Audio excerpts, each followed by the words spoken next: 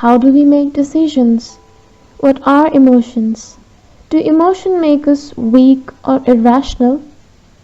Our decisions in life, our emotions, thoughts, and feeling all are neural activities of our brain.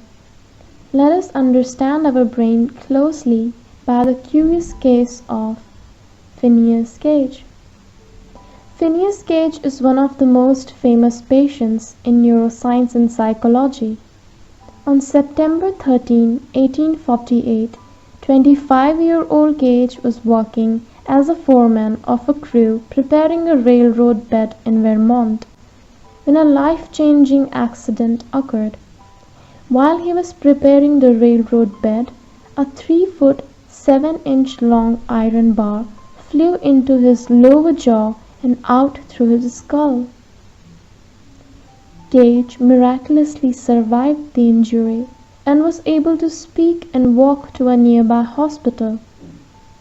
All this time he was conscious, and later that day he was able to recount the name of his co-workers when asked by a doctor, suggesting that he did not lose his memories. Gage was even confident that he would be back to work in a day or two. But Gage has suffered from mental changes post-accident. Description of Gage injury and mental changes were made by Dr. Harlow. In early reports of Gage, Gage was often depicted as hard-working, pleasant man before the accident occurred. But after the accident, he was a changed man. He was termed as an aggressive and alcoholic individual. He lacked emotions.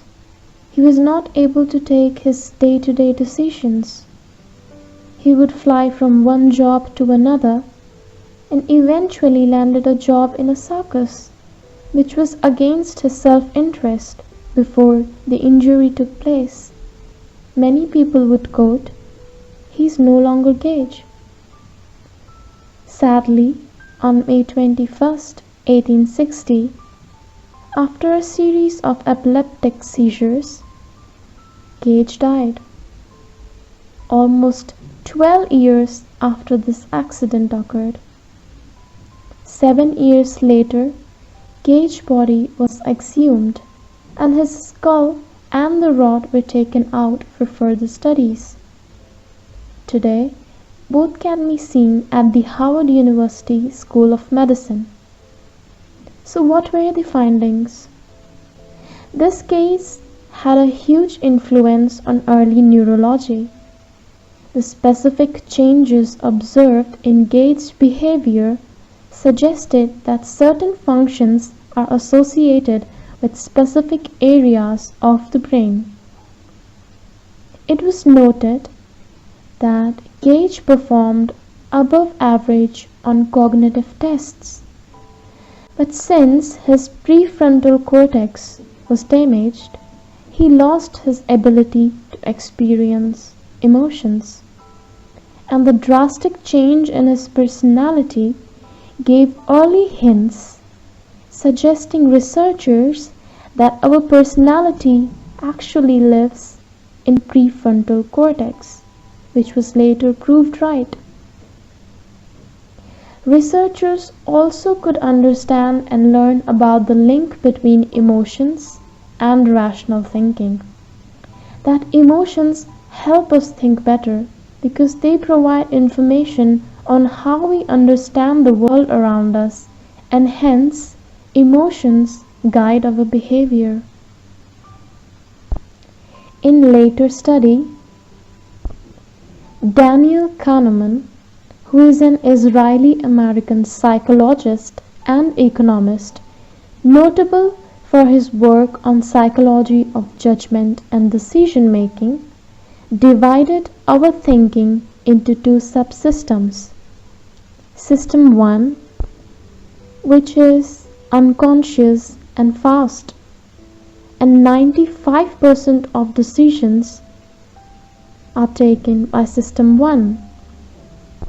which is intuitive and emotional. Certain tasks such as driving, talking, cleaning, reading, etc. falls into System 1. System 2 is rational thinking, which is slow and logical in nature.